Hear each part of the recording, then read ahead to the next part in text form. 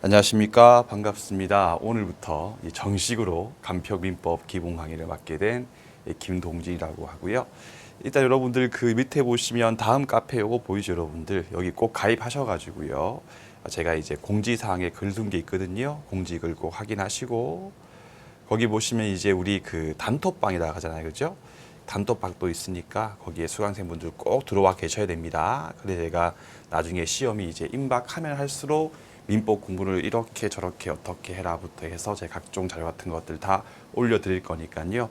카페하고 카페에 있는 공지를 보시고 꼭 단톡방에 가입해가지고 공부하시면 되겠고요. 자, 이제 기본 강의를 수강하실 때 먼저 예습, 예습이라고 하는 건 솔직히 필요 없습니다. 원칙 필요 없다.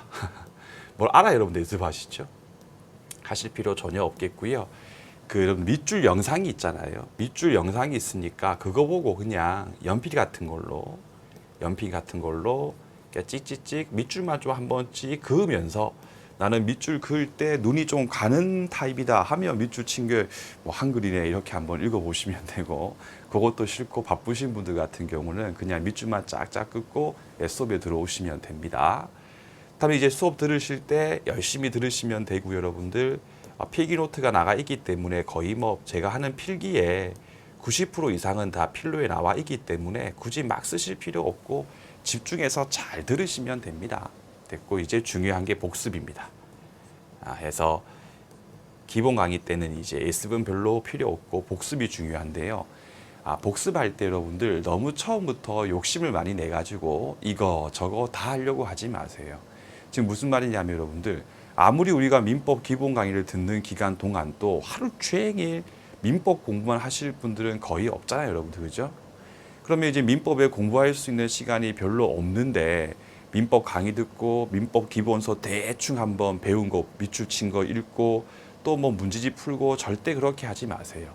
해버리면 둘 다 그냥 흐지부지 돼버릴 수가 있는 거거든요. 해서 일순환 기본 이론 강의, 기본 심화 강의를 할 때 복습할 때는 여러분들 따로 가급적이면 별로 이제 시간 없으니까 따로 막 문제 같은 거 풀려고 절대 하지 마시고요.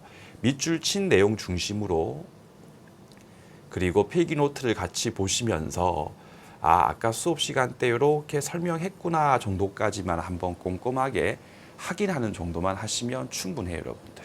그래서 이 민법 공부를 할 때에 강의 들을 때 중간에 흐름이 끊겨가지고 슬럼프가 와가지고 한 또 일주일씩 민법 공부 아예 안 해버리고 다시 하시는 분들 많이 계시거든요. 그게 어떤 경우냐면 너무 처음부터 잘하려고 많은 것들을 하다 보니까 지쳐버리는 거거든요. 절대 그렇게 공부를 하시면 안 됩니다. 그래서 이렇게 해놓고 이제 바로 본 수업 진행할 거고요. 초반에는 제가 이제 강의를 한 50분 정도로 출발했다가 점점점 늘려서 제가 1시간까지 또는 1시간 5분 정도까지 하고요. 더 길게는 하지 않을 겁니다. 1시간 반씩 수업 해버리면 그거는 수업 듣는 수강생분들이 정신이 저기 멍멍해지기 때문에 집중력을 유지할 수가 없으니까 이 정도로 생각하시고 수업 들으시면 될 겁니다.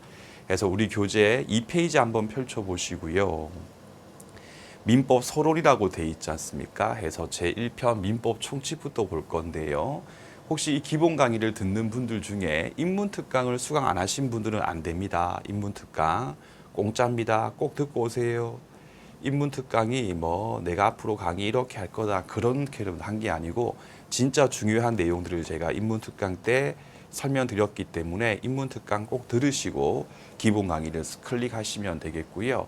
두 번째, 여러분들 이제 민법 공부하실 때 이렇게 있고 이렇게 있었을 때 이게 시간의 흐름이거든요. 이게 시간의 흐름이면 점점점 민법 내용이 점점점 어려워집니다. 난이도 같은 경우는 이렇게 점점점 민법 내용이 어려워지거든요.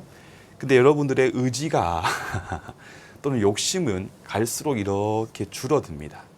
의지 또는 욕심, 열정이라고 하는 게 이렇게 식어가거든요. 그게 무슨 말이냐?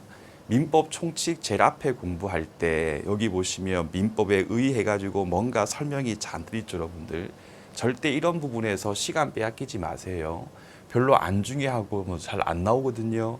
이렇게 안 중요하고 이런 부분에 힘을 쫙 빼버리면요, 정작 나중에 물권법 가가지고 담보 물권이라든지 소멸시효 같이 어려운 부분을 할 때는 또 의지가 너무 없는 상태니까 오히려 또 이해를 할 수가 없는 부분이기 때문에 강약을 잘 조절해가지고 강약을 잘 조절하면서 민법 공부할 수 있게끔 대비를 하시면 되겠습니다.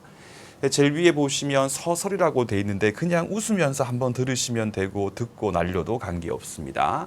민법이라고 하는 것을 정의 내릴 때 형식적 의미의 민법이라고 하는 게 있거든요. 이건 딴 게 아니고요. 그냥 민법 전이요. 민법 조문집이라고 생각하시면 돼요. 민법 조문집을 말하는 것이고 실질적 의미의 민법이라고 하는 것은요. 다른 게 아니고 형식이 중요한 게 아니라 내용이 중요한 거다. 내용적인 측면에서 민법을 정의하는 거거든요. 그럼 한 가지만 그 목차 제일 끝에 보시면 밑줄 양자가 서로 동일한 것은 아니다. 즉 무슨 말이냐 하면 민법 조문집에 있는 어떤 조문이 하나 있어요. 조문이 있는데 이 조문은 아무리 봐도 얘는 민법과 별로 관련 없는데 이런 조문이 있거든요. 그럼 이런 조문 같은 경우는 일단 민법 조문집 안에 있기 때문에 형식적 의미의 민법에는 해당해요.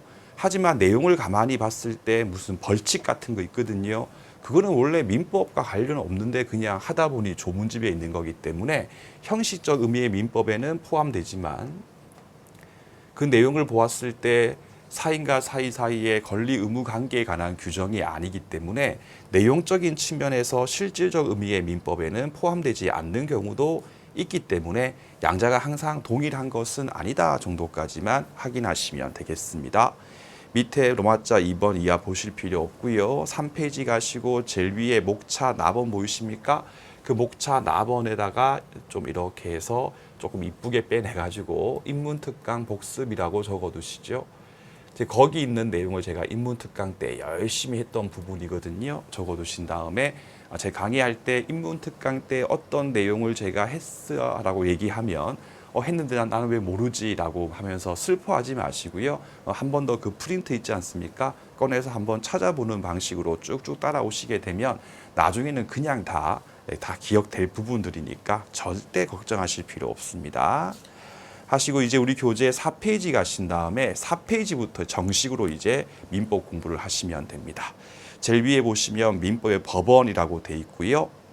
제 1조를 보시면 민사에 관하여 법률의 규정이 없으면 간습법에 의하고 간습법도 없었을 때에는 조리에 의한다까지 하신 다음에 일단 법률이라고 하는 글자 위에 1번 적어두시고 1번 적어두시고 간습법 위에 2번 적어두시고 3번 해가지고 조리 위에 3번 적어주신 다음에 일단 순서 법률, 간습법, 조리 이렇게 먼저 해놓고 옆에 필로 1번이라고 적어두세요. 그러니까 민법 제1조라고 돼 있지 않습니까? 옆에 저는 보통 이렇게 꺽쇠치고 1번 이렇게 적거든요. 그래서 왜 적습니까? 하실 수 있지 않습니까? 나중에 혼자 복습하실 때 요 필기노트 내용이 어디 있는 거지 막 찾는 것도 되게 시간이 아깝기 때문에 바로 그냥 수업 시간에 옆에다가 1번 이렇게 적어두면 같이 보시면서 복습하시면 아주 편하게 공부할 수가 있겠죠. 노트 1번을 보시겠습니다. 자, 민법 제1조라고 하는 게 뭐 하는 거냐, 왜 있는 거냐에 관한 문제거든요. 자, 여기 보시니까 법원이 있죠, 여러분들. 법원은 쉽게 얘기해가지고 심판관, 심판하시는 사람입니다. 자, 여기 보시면 갑이 있고 을이 있는데 갑이 원고라고 돼 있고요. 을 같은 경우가 피고인이 아니고 민사법은 피고예요. 피고 을이 있다라고 했을 때 원고가 뭐 하는 사람이냐라고 했을 때 소를 제기한 자. 소를 제기한 자. 판사님, 을이 저한테 빌려 쓴 돈이 있는데 돈 안 갚습니다라고 하면서 소송을 제기한 사람이 원고고요. 피고의 경우는요, 당했다, 소제기를 당한 자라고 하시면 돼요. 소제기를 당한 사람이 피고이다. 그럼 갑은 이제 을한테 분명히 X라고 막 주장할 거예요. 을이 저한테 빌려 쓴 돈이 있는데 이놈이 안 줍니다 하고 있겠고, 또 을 같은 경우는 아닙니다. 저 이미 갑한테 돈 줬습니다 라고 막 하고 있을 겁니다. 그래가지고 원고 갑의 주장과 피고 을의 주장 사이에서 누구의 주장이 옳지라고 하는 판단의 근거, 판단의 근거가 만약에 법원이 판단을 할 때에 어떤 기준 등을 잡을 때 가령 종교 등에 근거해가지고 내가 뭐 불교를 믿으니까 불교 신자 간 말이 맞겠지. 말도 안 되죠, 여러분들. 혹은 뭐 얼굴을 보고 갑은 원빈 씨고 을은 김동진이니까 원빈 씨 무조건 승소. 그렇게 하면 여러분들 대한민국 사람들이 법원의 판결에 대해서 존중할 수가 없지 않습니까? 그래서 민법 제1조는 법원아 민사소송에 대해서 재판을 할 때에 즉 갑의 말하고 을 말 중에서 누가 맞는지에 대해서 판단할 때 그냥 너의 개인적인 취향이나 종교나 혹은 지역 등에 기초해 가지고 절대 하지 말고 민법 제1조에 근거해 가지고 판결해라라고 하는 거예요. 그래서 판단을 할 때의 기준을 첫 번째 법률이 있으면 법률에 의해라. 법률이 없었을 때에는 간습법에 의해라. 간습법이 없다고 해서 법원 너네가 재판 자체에 대해서 포기해버리면 헌법상 인정되고 있는 기본권에 해당하는 재판상 청권이라고 하는 것을 침해할 수가 있는 것이기 때문에 절대 재판을 포기하지 말고 조리에 의해서 재판을 해라. 선생님 조리라고 하는 게 뭡니까? 라고 했을 때에 다양하게 있는데 필요 없고 여러분들 그냥 법관의 양심이요. 법관의 양심에 기초해 가지고 어떻게든 재판을 해줘라까지 하신 다음에 3번 조리 같은 경우는 그냥 법원에 해당한다. 판단의 기준 중에 하나에 해당한다. 이렇게만 알면 되고 그 이상은 문제에서 나올 게 없겠고요. 우리가 공부할 건 첫 번째 민법 제1조에서 봤던 그 법률이라고 하는 것이 무엇인지에 대해서 간단하게 공부하면 되고요. 말고 이번에 있는 이 간습법에 대한 부분이 매우 중요한 부분이기 때문에 이번을 집중적으로 공부를 하시면 되겠습니다. 자, 그러면 이제 민법 제1조에 있는 법률이라고 하는 것이 어떤 의미인지에 대해서 잠깐 살펴보면 여러분들 최상위 법이 바로 헌법이에요. 헌법. 헌법은 국민에 의해서 만들어지는 거고 국민이 입법권이라고 하는 것을 국회에 위임을 해가지고요. 국회가 만든 게 바로 법률이라고 하는 거거든요. 그래서 이 법률이라고 하는 것의 정확한 명칭은 형식적 의미의 법률이라고 하는데 그냥 필요 없어요. 그래서 이렇게 국회가 만든 법률과 동등한 지위에 있는 게 바로 헌법에 근거해 가지고 민사 조약, 조약이라고 하는 것은 쉽게 얘기하면 국가 간의 약속이에요. 국가 간의 약속. 한국과 미국과 약속 있죠. 그것도 법률에 준해 가지고 처리가 이루어지고요. 헌법재판소의 결정이라고 해가지고요. 헌재라고 해가지고 위헌 법률 심판 등등을 만든 그런 심사 기관이 있거든요. 이 헌법재판소의 결정도 법률과 동등하게 처리가 이루어집니다. 그러면 여기 있는 이 법률까지냐 아니면 그 밑에 있는 명령, 규칙, 조례도 포함되느냐에 관한 문제거든요. 예, 전부 다 포함돼요. 전부 다. 해서 여러분들 그냥 공부하실 때 민법 제1조에 있는 법률은 다 포함된다고 하면 다 문제가 풀리기 때문에 굳이 다 포함되는 것을 암기하고 있는 건 진짜로 의미가 없는 짓이고요. 딱 한 가지만 CF로 민법 제1조에 있는 법률에 포함되지 않는 것 딱 한 가지를 공부하는 게 포인트예요. 이것도 이제 민법이라든지 법학 공부할 때 되게 중요한 팁인데 여러분들 뭐 이렇게 외울 게 많이 있잖아요. 10개가 있는데 그중에 9개는 포함이 돼요. 근데 1개는 포함이 안 돼요, 여러분들. 그러면 9개를 외우면 조금은 가성비가 떨어지는 그런 공부를 하는 거지 않습니까? 그래서 9개 말고 포함되지 않는 한 가지만 정확하게 알면 되거든요. 그래서 여러분들 법원의 판결요. 법원의 판결이라고 하는 것은 민법 제1조에 있는 법원에 포함될 수가 없습니다. 그래서 왜 그런가요? 라고 했을 때 법원의 판결이라고 하는 거를 민법 제1조에 있는 법률에 여러분 넣어버리면요. 3권 분립 원칙에 반해요. 3권 분립의 원칙에 위배되거든요. 따라서 법원의 판결은 민법 제1조에 있는 법원에 포함될 수가 없는 것이고 나머지는 그냥 다 포함된다라고 생각하시면 문제 풀 때 전혀 막힘이 없으실 겁니다. 그래서 우리 교재 먼저 6페이지를 가보세요, 여러분들. 거기 하단 부분에 보시면 4번 기타라고 돼 있고 목차 가번에 보시면 판결돼 있지 않습니까? 거기 첫 줄은 필요 없고 여러분들 밑에 있는 거 판례가 법원인지 여부 대해서 제일 끝에 부정하고 있다까지만 확인하신 다음에 요 판결 부정 빼고는 전부 다 포함된다. 이렇게 문제 풀면 된다까지 확인하시고 밑에 목차 나번 또 제일 끝에 헌법재판소의 결정 같은 경우도 민사에 관한 것이라면 포함된다까지 확인하시면 되겠습니다. 다시 우리 교재 4페이지 가신 다음에 제일 위에 법원의 의의는 보실 필요 없겠고요. 로마자 2번에서 1번 법률 보시면 되겠죠. 첫 줄 다 포함돼요. 특별법도 포함되고요. 그 다음 줄 끝에 보니까 명령, 규칙, 조약, 법규 전부 다 포함되기 때문에 판결 빼고는 그냥 다 포함된다라고 간단하게 정리하시면 된다. 이제 그 밑에 있는 두 번째입니다. 법률이 없었을 때에는 간습법에 의하라까지 하신 다음에 2번 옆에 노트 2번이라고 적어두신 다음에 아직 우리가 민법에 대해서 전혀 공부한 적이 없지 않습니까?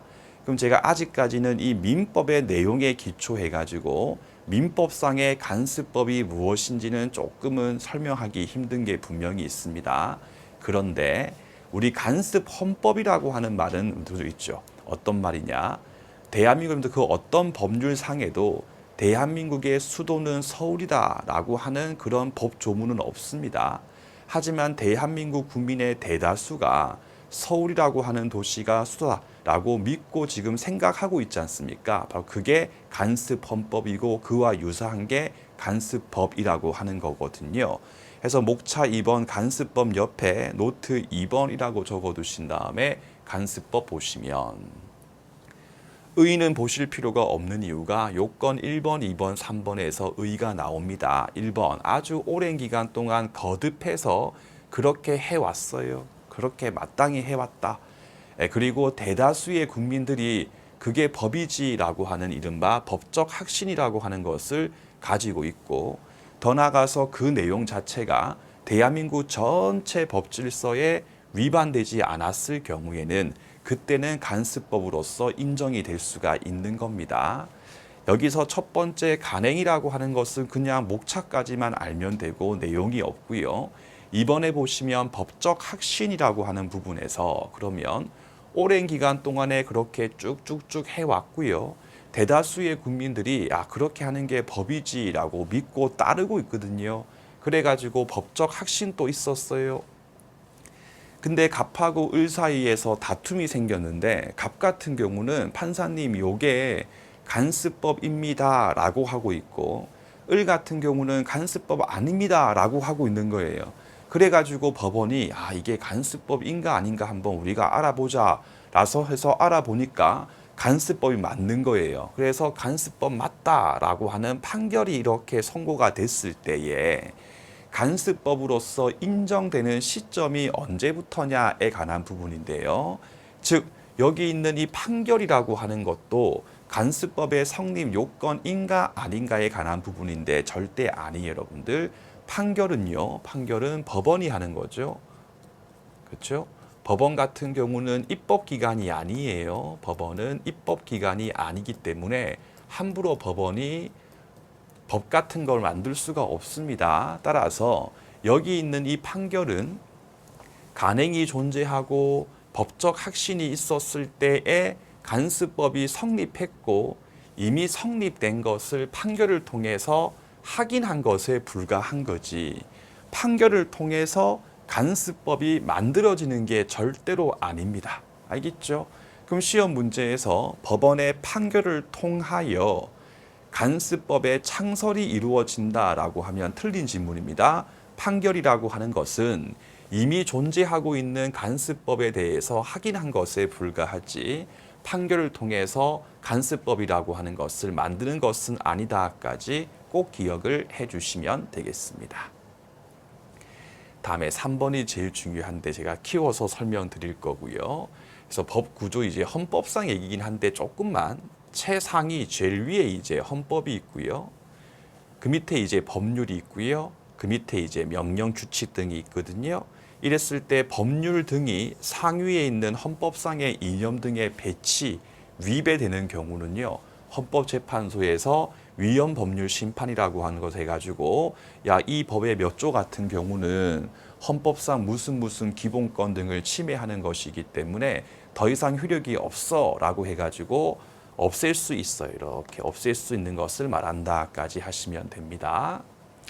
다시 3번에 오시면 이제 간습법으로서 요건을 다 구비했을 때 효력인데 여러분들 성문법하고 그러니까 종이에 적혀 있는 법하고 간습법상 내용 사이에서 충돌됐을 때, 충돌이 생겼을 경우 둘 중에 이제 어떤 거에 의해서 처리를 할 것인가에 대해서 아주 약간의 학설 드립이 있거든요. 근데 우리 시험 같은 경우는 그냥 조문 판례만 열심히 공부하면 되지 학설 드립은 시험 문제에서 나오지 않기 때문에 나중에 그 태아 파트에서 딱 한 개 빼고 나머지는 전혀 공부할 필요 없으므로 판례 입장만 잘 정리하시면 됩니다. 자, 우리 판례 같은 경우 여러분들 민법 제1조에 충실하게 해석해요. 1조를 충실하게 본다. 다시 민법 제1조를 보세요. 민사에 관하여 법률의 규정이 없었을 때의 간습법에 의한다. 그 말이 꼴 성문법이라고 하는 법률이 있었을 때에는 이거에 의해서 처리하는 거고 간습법에 의해서 처리할 게 아니다. 그럼 보충적이라고 하는 건 뭐냐? 여러분들 이제 민법 강의할 때 저도 한 번 정도는 이제 보강을 할 수가 있지 않습니까? 보강은 보충 강의의 줄임말이죠. 만약에 정규 강의 시간 내에 진도를 다 끝냈으면 보충 강의를 할 필요가 없죠. 그 뜻이에요. 즉 선문법이라고 하는 것이 없었을 때 나오는 게 간습법이기 때문에 둘 사이에서 충돌됐을 경우는 성문법에 의해서 처리할 문제인 것이지 간습법에 의할 것이 아니다까지만 기억하신 다음에 보충적이라고 하면 옳은 질문입니다. 그럼 보충적이 아니고 시험 문제에서 만약에 둘 사이의 효력은 대등적 관계에 있다라고 하면 틀린 질문이죠. 1대1로 막상 막하 사이가 아니고요. 얘가 형이고 얘가 동생에 불과하기 때문에 보충적에 불과하다까지 함께 정리를 해주시면 되겠습니다. 그래서 교재 4페이지 제일 밑에 보시고 1번 목차 간행이 존재하고 목차 2번 법적 확신이라고 하는 게 있었을 것. 첫 줄 끝에 보시니까 법적 확신이라고 하는 것을 얻었을 때에 간습법으로서 인정될 수 있다까지 읽어두신 다음에 거기 있는 법적 확신이라고 하는 말을 옆으로 이렇게 빼내신 다음에 VS라고 하는 말은 비교해란 뜻입니다. 제가 수업할 때 VS는 두 개를 비교해라. 사실인 간습. 저것만 두세요. 사실인 간습의 경우는 법적 확신이 없다. 법적 확신을 아직까지는 얻지 못한 거다. 이렇게만 적어두시면 됩니다. 그럼 제가 또 뒤에서 자세하게 설명드리고 요 가필 한 개, 필기 한 개 그 뜻이에요. 이렇게 알려드릴 거니까 그렇게만 메모를 하시면 되겠습니다. 해놓고 이제 5페이지 가신 다음에 제일 위에 있는 3번이 이 3번이죠. 헌법 등의 전체 법질서에 건드지 않았을 것, 위반됐을 때에는 간습법의 효력이 인정될 수가 없거든요. 밑에 여러분들 이렇게 제가 기읍번, 니읍번에 이렇게 밑줄을 짧게 그어놓은 거, 기읍번, 니은번 제가 이렇게 밑줄을 짧게 그어놓은 거 한번 쭉 다 읽으시라는 얘기예요. 어떠한 특별한 문장이 있는 건 아니기 때문에 좀 전체적으로 읽으면 된다는 뜻이니까 그냥 쭉 읽으시면 됩니다. 해서 목차 3번 옆에다가 필로 3번이라고 적어두신 다음에 필로 3번을 보시겠습니다. 자, 대충 여러분들 종중이라고 하는 게 뭔지 아실 거예요. 김씨 종중, 뭐 김해 김씨, 경주 김씨 등등등 무슨 파 있죠, 여러분들. 그런 종중의 종중원, 이른바 구성원, 종중의 구성원인 종중원이 어디까지 인정될 수 있는지에 대해서는요. 별도의 법률, 민법 등의 아무런 조문이 없었습니다. 그래가지고 종래, 민법에서 종래란 뜻은 과거에 존재했던 간습법은 A 종중의 후손들 중에 남자 아들들이 있고 딸들이 이렇게 있었을 경우 과거의 간습법의 경우는 성년이 된 남성의 경우에만 종중원의 지위를 가질 수가 있고 여성분들 같은 경우에는 종중원의 지위를 가질 수 없다고 봤던 게 종래 간습법이었어요. 그러니까 많은 문제가 생기는데 여러분들 우리가 물권법 가서 공부하겠지만서도 A 종중이 소유하고 있는 X라고 하는 토지 혹은 어르신들을 모시는 선상 같은 거 있죠, 여러분들. 그걸 이제 바로 총유물이라고 불러요. 총유물. 요 총유물이 국가나 지자체에 의해서 수용 등이 돼가지고 보상금이라고 하는 것이 생겼을 때는 종중원에게 분배를 하니까 아들들이었던 갑측에게만 분배를 해버리고 딸들이었던 을측에는 분배를 안 하는 일이 생긴 거예요.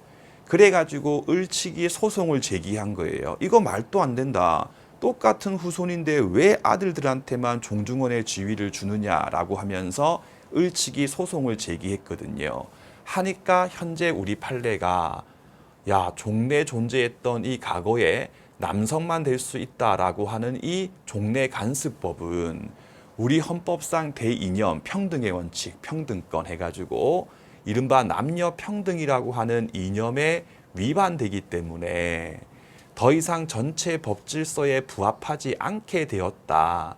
따라서 지금 현재에는 더 이상 저 종래 간습법이었던 내용, 즉 남성만 될 수 있다 했던 이 종래 간습법은 더 이상 법적인 효력이 인정될 수 없다라고 판례가 판시를 하게 된 겁니다. 그래가지고 본문의 기읍본에 보시면 전체 법 질서에 반하지 않는 것으로서 정당성 따위가 인정됐을 때 간습법이 될 수 있다. 그렇지 아니한 규범 같은 경우에는 한 줄 밑에 간습법 효력이 더 이상 인정될 수가 없다. 즉 전체 법 질서에 부합하지 아니하면 더 이상 간습법의 효력이 인정될 수가 없는 것이고, 그러면 이렇게 간습법이 헌법 등에 위반되는 경우에는 우리가 알고 있는 법원 쪽에서 그 효력이라고 하는 것을 부정할 수 있는 거다. 나아가 니은번 제일 끝에서 한 줄 위에 전체 법 질서에 역시 부합하지 않게 됐을 경우는요, 더 이상 간습법의 효력이 인정될 수가 없는 것이기 때문에 부정된다. 해서 원래 있었던 간습법도 우리 사회 질서, 사회 이념 등이 발전돼 가지고 변화돼 가지고 지금 현재의 전체 법 질서에 부합하지 않게 됐을 경우는요, 더 이상 효력이 인정될 수가 없다까지 그냥 쭉 읽으면 다 이해되실 거고 문제 풀 때 거의 아무도 틀리지 않습니다. 자, 그러면요, 원래 있었던 이 간습법의 효력이 지금은 부정이 됐으니까 그럼 지금 현재는 종중 구성원의 범위가 어디까지니? 라고 했을 때에 다시 민법 제1조를 보세요. 법률이 없으면 간습법에 의하는데 간습법도 이제부터 없잖아요. 그러니까 마지막에 있는 법관의 양심에 해당하는 조리에 의해서 판단을 해보자. 그랬을 때 현재는 일단 성년자이면 남녀 불문하고 당연히 된다라고 보는 게 판례 입장이거든요. 근데 여기서 이 남녀 불문은 아무도 안 틀려요, 여러분. 다 맞춰요. 그럼 시험 문제에서 남성의 하나요 하면 다 틀린 지문이겠죠. 그래서 이거는 다 맞춥니다. 색깔 바꿔서 할게요. 그럼 시험 지문에서 남성 후손의 하나요, 남성의 하나요라고 하면 틀린 지문이구나. 여자 후손분들께서도 종중원이 당연히 될 수가 있는 겁니다. 근데 조심할 게 뭐냐? 성년자가 됐을 때 될 수가 있는 거거든요. 그러면 아직까지 미성년자에 불과했을 경우에는 종중원이 될 수 없다. 요거 하나 기억하시고요. 두 번째 여러분들 당연히입니다. 해서 여성 후손들의 경우 별도의 가입 의사를 표명한 경우에 하나여 된다 하면 틀린 지문입니다. 무슨 여러분들 클럽이라든지 단톡방 그런 카페도 아니고 여러분들 무슨 종중을 가입을 하겠습니까? 해서 그냥 당연히 되는 거지 별도의 가입 의사를 표명한 경우에 하나여 하러 하면 틀린 지문이다. 요 두 가지를 조심해서 문제 풀어주시면 되겠습니다. 그래서 그 밑에 있는 판례 보시면 판례 박스의 1번이 이제 이 내용이거든요.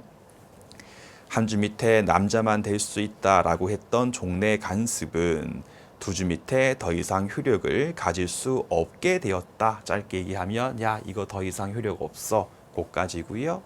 그 판례 제일 끝에 보시면 공동 손조하고 성과 본을 같이 하는 후손은 성별 관계없이 나이가 찼을 때는 당연히 된다까지 보시고 제일 끝에 조리다까지 확인하신 다음에 일단 제일 끝에 있는 조리라고 하는 글자를 쭉 빼신 다음에 현재 간습법이다 하면 틀린 질문입니다. 아직까지는 시간이 그렇게까지 많이 흐르지 않았기 때문에 조리에 의하는 거지 이렇게 보는 게 간습법은 아니다 하나 기억하시고, 그 다음에 성년이라고 하는 글자 보이시죠? 쭉 빼가지고 미성년자 X까지 적어두시게 되면 틀리게 지문을 구성해도 그냥 웃으면서 아 이거 틀린 거구나 이렇게 쉽게 문제를 풀 수 있으니까 그렇게 보시면 되겠습니다.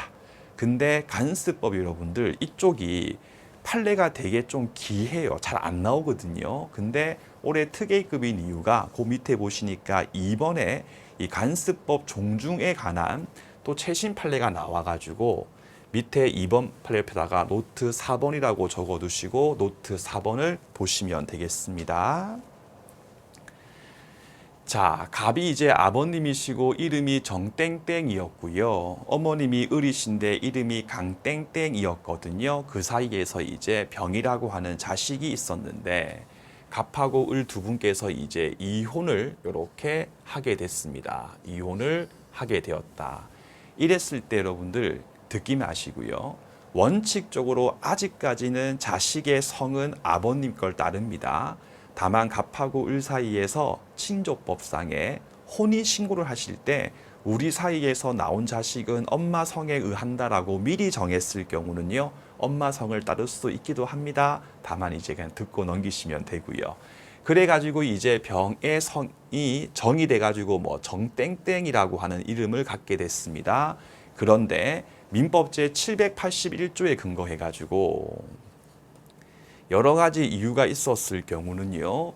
요 병의 성을 엄마의 성으로 이렇게 강시로 바꿀 수 있거든요. 그래가지고 민법 제 781조에 근거해가지고 자녀 병의 복리 등을 위한 차원에서 어머님 을의 성과 본으로서 변경을 시켰습니다. 그러면 이제부터 병 같은 경우는요. 이 강시 종중원의 일원이 될 수가 있겠죠. 종중원이 될 수 있다까지 정리하시면 되겠습니다.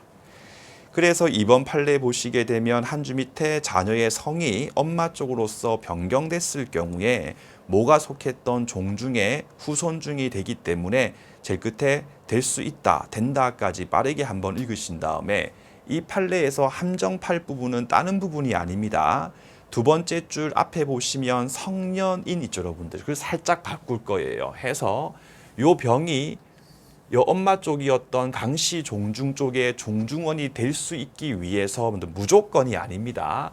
요 병 같은 경우가 성년자였을 때 방금 봤죠? 성년자가 됐을 때 종중원이 될 수가 있는 거예요.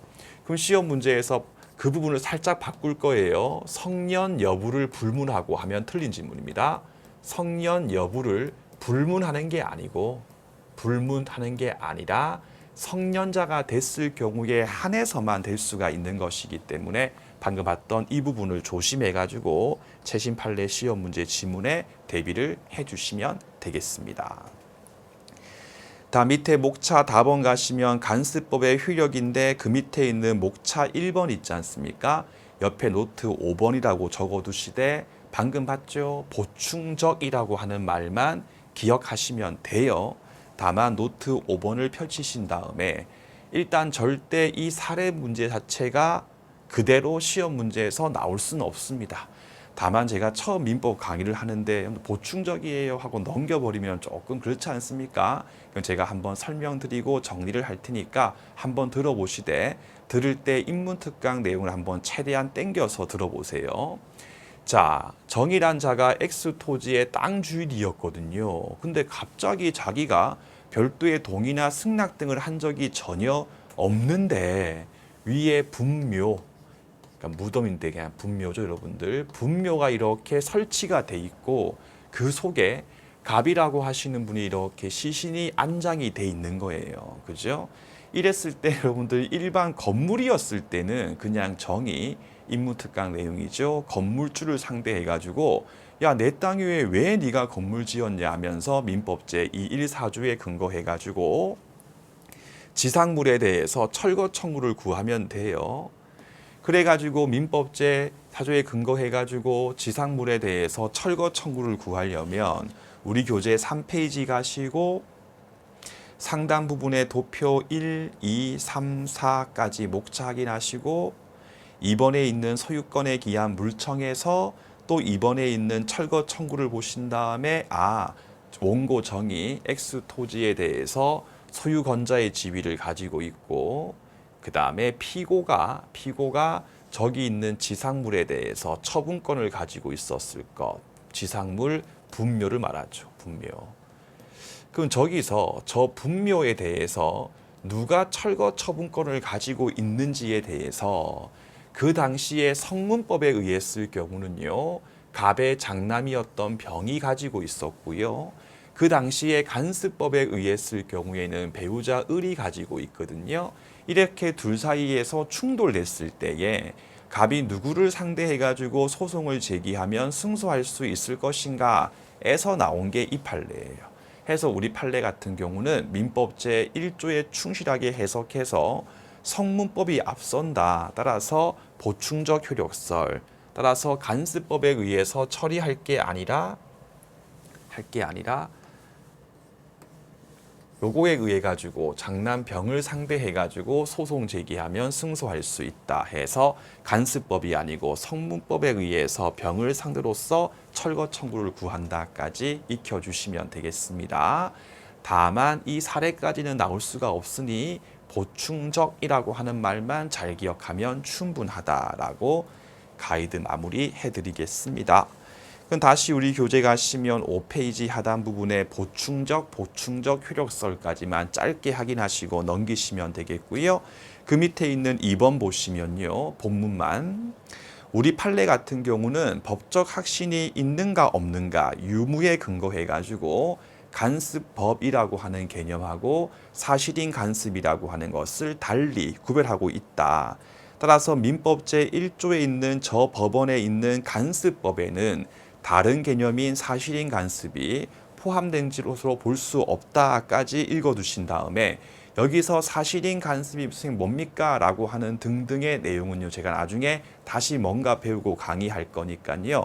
일단 그 밑에 있는 판례 박스에서 첫 줄에 보시면 간습법이라고 하는 것은 한 줄 밑에 법적 확신까지 얻은 것을 말하고 뭔지 모르겠는데 사실인 간습 같은 경우는 한 줄 밑에 아직까지 법적 확신까지는 얻지 못한 것을 말한다까지 하신 다음에 일단은 법적 확신의 유무에 근거해 가지고 이 두 가지를 달리 보고 있다 정도까지만 해놓고 여러분들 판례 박스를 이렇게 빼신 다음에 제가 우리 교재 101페이지 가가지고 뭔가 배우고 다시 볼 거니까 이렇게 메모를 해두세요. 그 선생님이 나중에 다시 이렇게 그냥 강의하실 때 보면 되지 왜 귀찮게 메모를 요구하십니까? 할 수도 있죠, 여러분들. 첫 번째 메모를 하는 이유는요. 이렇게 메모를 안 해두면 복습할 때 이게 지금 수업 시간 때 이번에 한 건지 안 한 건지에 대해서 헷갈려가지고 복습할 때 시간이 더 낭비가 될 수 있고요. 두 번째 여러분들 다시 여러분들께서 혼자 민법 책을 볼 때에 이렇게 표시가 돼 있으면 왔다 갔다 하면서 볼 수 있죠. 민법은 왔다 갔다 하면서 봐야지 빨리 실력을 상승시킬 수가 있기 때문에 간단하게 이렇게만 메모를 해두시고 되겠습니다. 그럼 오늘은 그냥 넘어가시고 다음번에 배우고 다시 복습하시면 되겠네요.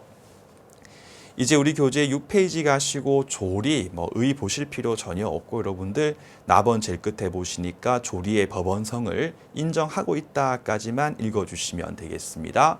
밑에 기타 부분은 다 봤으니까 판결의 경우는 민법 제1조에 있는 법원에 포함되지 않는다라고 정리하시면 되겠습니다. 7페이지 가신 다음에 민법 해석도 보실 필요 없습니다. 왜? 다 뒤에서 배울 거기 때문에 민법 배울 때 하나하나 이런 거구나라고 익힐 부분이지 대놓고 이건 이거고 이건 이거고 이렇게 할 실익이 전혀 없는 부분이기 때문에 패스하시면 됩니다. 그래서 우리 교재 8페이지 가신 다음에 제일 위에 법률 관계와 권리 의무, 인문 특강 때 법률 관계 이꼴 권리 의무 관계라고 배웠던 부분이 떠오르실 겁니다. 그래서 밑에 제1과 목차 대충 확인하시고 로마자 1번 패스하시고 로마자 2번에 보시면 호의관계 있지 않습니까? 노트 6번이라고 적어두신 다음에 이것도 이제 인문특강에서 많은 부분을 공부했죠. 인문특강에서 공부했던 부분을 제가 끄집어 와가지고 연결시켜서 하나하나 정확하게 설명을 드리겠습니다. 자, 호의관계 혹은 호의동승이라고 해요. 호의동승이라고 해가지고 이제 갑하고 을 사이가 커플 사이에 있었거든요. 실제 사건이니까 오해하지 마시고 갑님께서 남친이셨고요. 남자친구분이셨고 을께서 여친분이었는데 실제 사건에서는 이제 을이 사망하셔가지고 을의 유족분들께서 갑한테 소송을 제기했던 사건인데 이 두 분께서는 저기 그 진해에 벚꽃 축제 있거든요. 이제 보러 가는 길에 남친분의 가실에 근거해가지고 상대방 트럭하고 생겼고 사고가 그래가지고 이제 을측이 사망하거나 혹은 상해 등을 입은 사건이었습니다.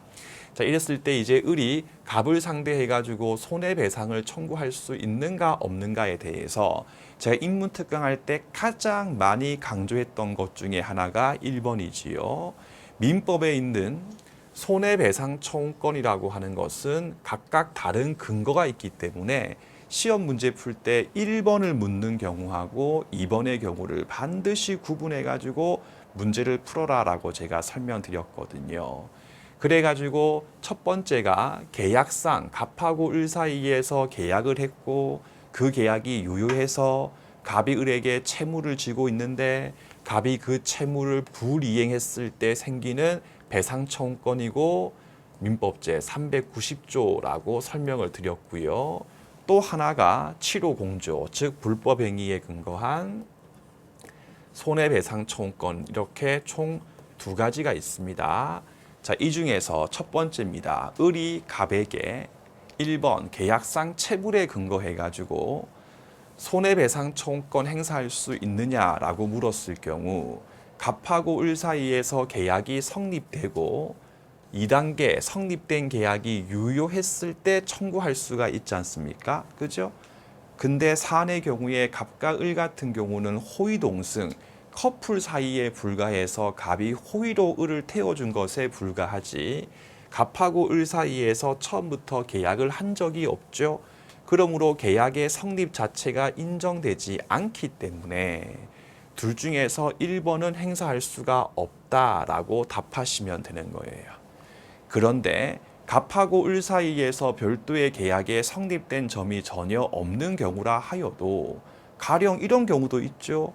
갑이 을한테 폭행을 했다.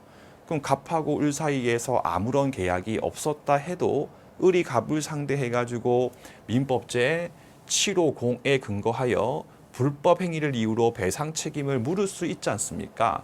해서 원래 불법 행위에 근거한 배상 청구권이라고 하는 것은 갑하고 을 사이의 계약의 성립이라고 하는 것이 반드시 필요한 게 아니다. 그 말이꼴 갑하고 을 사이에서 별도의 계약 관계가 존재하지 않는 경우라 하여도 고의가실, 위법성 등등등의 요건만 갖추게 되면 물을 수 있다 해서 2번은 물을 수 있다까지 잡아두시면 되겠습니다. 해놓고 2번으로 오시면 만약에 저 사건에서 을 같은 경우가 갑한테 소송을 제기할 때 민법제 390조 계약상 채무 불이행을 이유로 손해배상금의 지급을 구하는 소송을 제기했습니다. 이랬을 때 우리 법원이 내릴 결론이 무엇인가 라고 했을 경우에 했을 때 이렇게 을이 소를 제기했으니까 을이 원고입니다. 원고다. 원고의 주장에 이유가 인정이 되면 즉 원고 을의 말이 맞으면 원고 을이 승소한다라고 해가지고 청구 인용이다라고 이야기해요. 청구 인용. 그럼 결국 이 말은 원고 을이 승소했다라고 생각하시면 됩니다. 반면에 원고의 주장에 이유가 없는 경우 있지 않습니까? 그 말이꼴 네 말은 이유가 없으니까 네가 진 거요라고 했을 때 바로 청구 기각이다라고 이야기를 하게 되고요. 더 쉽게 얘기하면 원고 을의 패소 판결이다. 원고 을이 졌다. 이렇게 이야기를 하는 거거든요. 그럼 다시 위에서 을이 갑을 상대해서 계약상 채불에 근거해가지고 손해배상 청구를 구했을 경우에 법원이 이렇게 할 수 있을까요?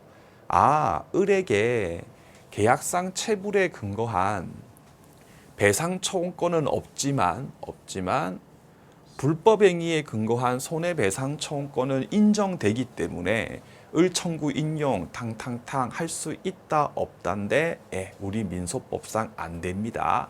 해서 우리들 민소법상 원고을이 주장했던 권리에만 한정해가지고 법원 같은 경우는 심리 판단이라고 하는 것을 할 수가 있거든요. 그렇다면 을 같은 경우가 민법제 390에 근거해가지고 피고 갑을 상대로 하여 손해배상금의 지급을 구하는 소송을 제기했으면 딱 그만큼, 그러니까 좀 보면 융통성이 없는 거죠. 딱 그만큼만 보는 거지 나머지 권리의 존부는 고려하지 않습니다. 그 사안의 경우에 아무리 동일한 하나의 사건에서 원고을에게 민법상으로 민법제 7호 공조에 근거한 배상 청구권이 인정된다 하더라도 을이 갑한테 소를 제기할 때 390에 근거해가지고 소를 제기할 때는 390조에 있는 권리가 있냐 없냐를 보는 거예요. 방금 봤죠? 없죠? 없으면 바로 안 된다 해가지고 기각 판결 선고한다까지 조금만 이해해 놓으시면 나중에 민법 공부 좀 어려운 거 할 때 조금 더 수월하게 정리를 하실 수가 있으실 겁니다. 그래가지고 교재 8페이지 중간에 보시면 목차 2번에 보시면요. 위반의 효과라고 돼 있지 않습니까? 거기 1번 보시니까 제목에 계약상 책임 해가지고 1번에 대한 부분이고 2번 제목에 보시니까 불법 행위에 근거한 배상 책임이네요. 1번 앞에 X 안 된다, 안 된다. 2번은 물을 수 있다 라고 해놓으면 되겠죠? 해서 1번 한 줄 밑에 갑하고 을 사이에서 별도로 계약한 사실이 없기 때문에 일방은 타방에게 계약상 이행을 청구할 수 없다. 이게 바로 인문특강 때 공부했던 거. 을이 갑에게 계약상 청구권 행사하려면 갑하고 을 사이에서 계약이 성립하고 성립된 계약이 유효했을 때 가능하다. 요 사안의 경우는 갑하고 을 사이에서 별도의 계약을 한 적이 없기 때문에 계약상 청구권 행사하지 못한다 그 말이죠. 그럼 계약상 청구권 자체를 행사할 수가 없으므로 그 다음 줄 계약상 체불에 근거해가지고 손해배상도 청구할 수 없다. 안 된다. 근데 이번에 보시게 되면요. 한 줄 밑에 불법 행위에 근거한 배상 책임은 생길 수 있다. 민법제 7호 공조까지 해놓고요. 니은번에 보시면 그럼 이때 을이 갑한테 민법제 7호 공조에 근거해가지고 배상 책임을 물었을 때에 원칙적으로 갑하고 을 사이에서 갑도 조금은 억울한 측면이 있다고도 볼 여지가 있죠. 아니 제가 을한테 뭔가 반대급부 돈을 받고 태워준 것도 아닌데 일반적인 교통사고와 똑같은 배상 책임을 저한테 묻는 거는 좀 가혹하지 않나요? 라고 해가지고 호위동승에 의해서 발생된 교통사고의 경우 가해자 갑의 배상 책임을 깎아줄 수 있는지 없는지에 대해서 약간의 대립이 있습니다. 근데 우리 판례 같은 경우는 단순히 호위동승한 사실만 가지고는 손해배상금을 깎아줄 수 있는 감액 사유가 될 수는 없는 거고 예외적으로 일반적인 교통사고하고 똑같은 배상 책임을 지우면 현저하게 공평의 원칙에 반한다라고 볼 수 있는 특별한 사유가 있었을 때는 예외적으로 감액 사유가 될 수 있다라고 해요, 여러분들. 근데 이 부분 자체가 사실은 채권법상 영역이고요. 우리 시험 범위가 아닌 부분이거든요. 따라서 어떤 경우가 특별한 사유가 있는 경우인지까지 파고드는 것은 좀 지나친 오바를 하는 부분이고 딱 요만큼만 원칙은 호위동승한 사실만 가지고는 감액 사유가 될 수 없겠지만 예외로서 가능한 경우도 있다 하더라 정도까지만 기억하시고 한번 읽고 넘어가시면 문제 풀 때 혹시 나오게 돼도 쉽게 풀 수가 있으실 겁니다. 그래서 니은번에 보시면 원칙적으로 단순히 호위동승한 사실만 가지고는 조금 뒤에 경감 사유로 삼을 수 있는 것이 아니다. 그럼 시험 문제에서 호위동승 사실만으로도 감액 사유가 될 수 있다 하면 틀린 질문입니다. 될 수 없는 게 원칙이고 다만 예외적으로 똑같은 배상 책임을 지우는 것이 큰 문제가 있다라고 인정될 수 있는 특별한 사유가 있었을 때 그때 비로소 예외적으로 경감 처리할 수 있다까지 읽어주시면 되겠습니다. 그 밑에 있는 제2간 권리 의무에 관한 부분인데요. 10분만 쉬었다가 다시 보도록 하겠습니다.